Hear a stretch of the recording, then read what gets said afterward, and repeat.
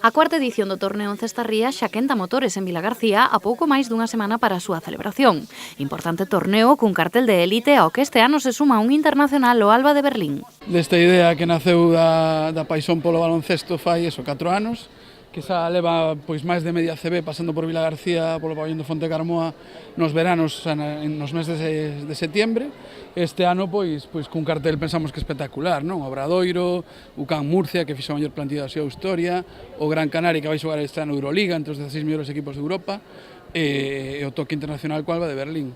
O torneo apunta a consolidarse como un referente para os afeccionados ao bo baloncesto na pretemporada da Liga Endesa.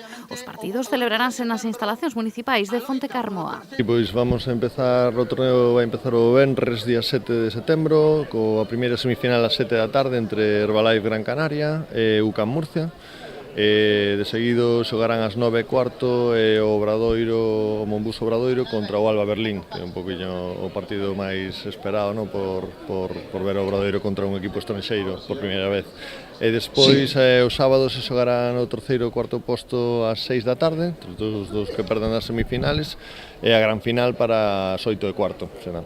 Tal e como apuntan dende a organización, as localidades poden mercarse en diferentes establecementos e na mesma billeteira de Fontecarmoa no día do torneo. Polas tendas ou ben a tenda de tiro libre SCQ de Santiago de Compostela ou ben a de tenda Mobu Deportes en Vilagarcía de Arousa ou tamén na nosa web en cestarrías.com. Si fixemos o prezo de abono mantemos con 25 euros para senior, 15 euros para infantil, abono infantil, que é a partir de menores de 15 anos.